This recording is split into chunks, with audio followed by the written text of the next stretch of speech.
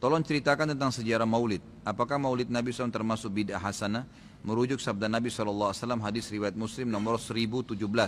Barang siapa yang membuat-buat hal baru yang baik dalam Islam, maka baginya pahala dan pahala orang yang mengikutinya, dan begitu pula sebaliknya.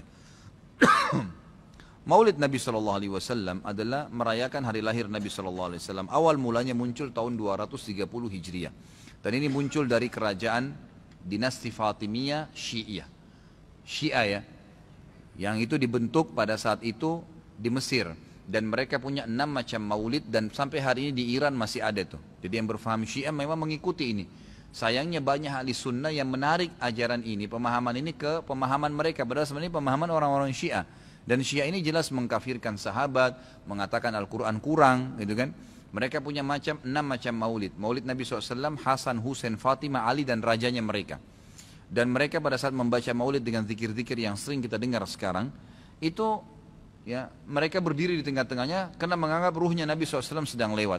Banyak orang ahli sunnah di Indonesia yang benci dengan Syiah, karena pemahaman Syiah jelas ya mengkafirkan sahabat, mencaci maki Abu Bakar dan Umar, mengkafirkan mereka, mengatakan Quran kurang, tapi mereka tidak sadar maulid yang mereka lakukan adalah acara dari orang-orang Syiah, gitu kan? Anda boleh kembali kepada buku sejarah, semua buku sejarah menjelaskan masalah itu. Jadi munculnya di tahun 230 Hijriah dan dilakukan oleh Syiah ya pada saat itu yang mendirikan dinasti Fatimiyah namanya. Baik, itu kurang lebih gambaran tentang sejarahnya. Dan orang-orang Syiah Fatimiyah waktu itu mengadakan maulid. Review lagi kembali kenapa mereka buat. Ternyata mereka waktu itu di Mesir berbatasan dengan Bizantium, kerajaan Romawi. Dan waktu itu orang-orang Romawi mereka mengadakan maulidnya Nabi Isa, ya kan gitu. Maka orang-orang Syiah waktu itu mengatakan di Mesir, kalau gitu kita juga buat maulid untuk Nabi SAW. Maka dibuatlah. Dan sekarang Anda boleh tanya kepada siapapun, kiainya, habibnya, tanya, apakah Nabi SAW pernah melakukan maulid kayak Anda lakukan nih? Berzikir, baca salawat, berdiri, nganggap ruhnya Nabi sedang lewat, pernah? Pasti kalau mereka jujur, mereka akan mengatakan tidak pernah. Ditanya, lalu kenapa Anda lakukan? Bentuk cinta kepada Nabi SAW. Bentuk cinta itu harusnya mengikuti dan mencontohi dan melakukan apa yang dicontohkan dan diperintahkan saja, nggak menambah, gitu kan? Karena kalau kita menambah seakan-akan kita menganggap Nabi SAW masih ada yang belum disampaikan. Para Nabi sudah pada saat meninggal menyampaikan semua. Apa kata Ibnu Katsir rahimahullah? Beliau mengatakan kalimat yang mulia pada saat menafsirkan surah Al-Maidah ayat 3. Al-yawma akmaltu lakum dinakum wa atmamtu alaikum ni'mati wa raditu lakumul Islam madina. Hari ini aku sempurnakan agama kalian, nikmatku untuk kalian, dan aku ridho Islam sebagai agama kalian, kata Ibnu Katsir. Ayat ini dalil yang paling nyata dan jelas ya, menekankan bahwasanya Nabi SAW tidak menghembuskan nafas terakhirnya kecuali sudah menyampaikan semua apa yang Allah tuntunkan, dan umat ini tidak butuh lagi tambahan, yang kecil sampai yang besar, yang samar-samar sampai yang jelas, gitu kan? Semua dijelaskan, semua sudah disampaikan. Dan Nabi SAW pada saat mau meninggal dunia di Haji Wada, beliau mengatakan halla ballaktu, ingatlah saya sudah sampaikan kepada kalian. Allah ballaktu, ingatlah saya sudah sampaikan kepada kalian. Sudah cukup semuanya, maka jangan ditambah, jangan dikurangin, saudaraku. Bacalah salawat, Nabi SAW perintahin tuh, banyak perintah salawat. Baca 10 kali pagi, 10 kali sore, zikir pagi sore. Boleh juga dijadikan sebagai zikir rutin kita tiap hari. Nabi SAW perintahkan untuk baca salawat, gitu kan. Dianjurkan untuk membaca. Di hari Jumat disuruh memperbanyak salawat untuk Nabi SAW.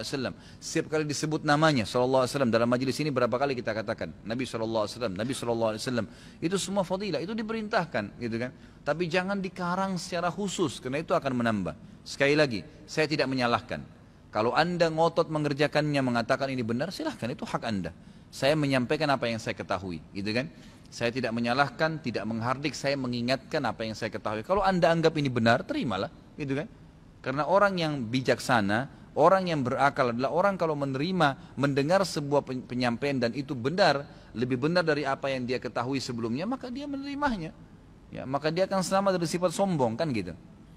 Kalau masalah hadis yang disebutkan tadi, Nabi SAW mengatakan barang siapa yang membuat hal yang baru. Jadi ini terjemahannya pun keliru sebenarnya, gitu kan.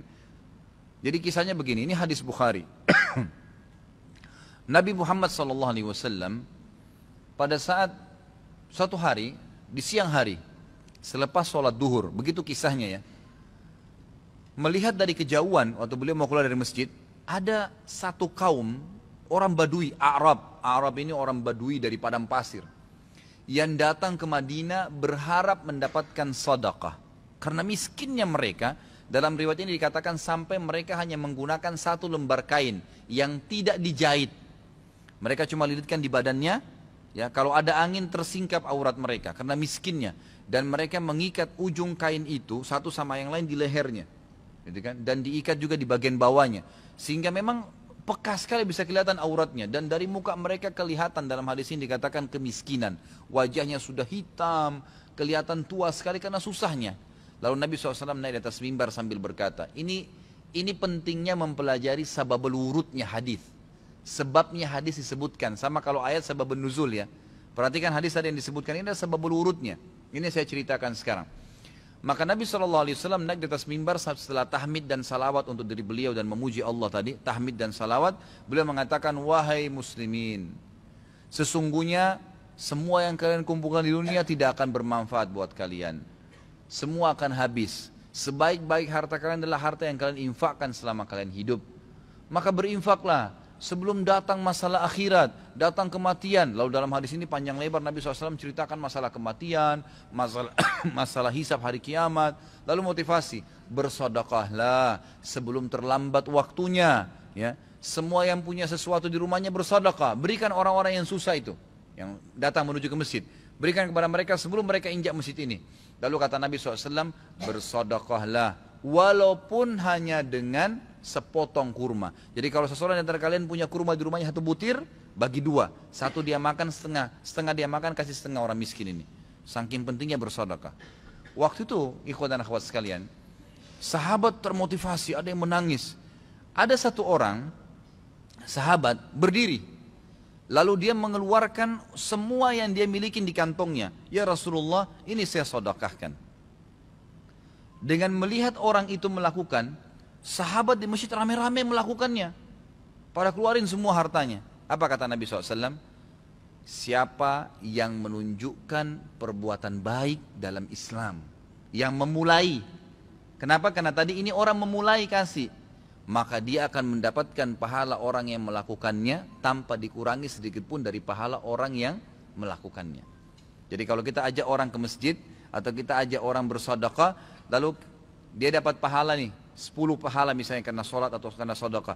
Kita kena mengajaknya, diberikan juga pahala 10 tanpa dikurangi dari pahala dia. Kan begitu. Ini sebabnya hadis. Sayangnya hadis ini disalahfahamin, dijadikan bolehnya mengatakan ada bidah hasanah. Semoga Allah berikan hidayah. Padahal mereka tidak paham sebab urutnya. Ada sebabnya hadis itu disebutkan. Jadi bukan kosong begitu saja, gitu kan? Jadi mudah-mudahan ini bisa difahamin apa yang telah Nabi SAW sampaikan.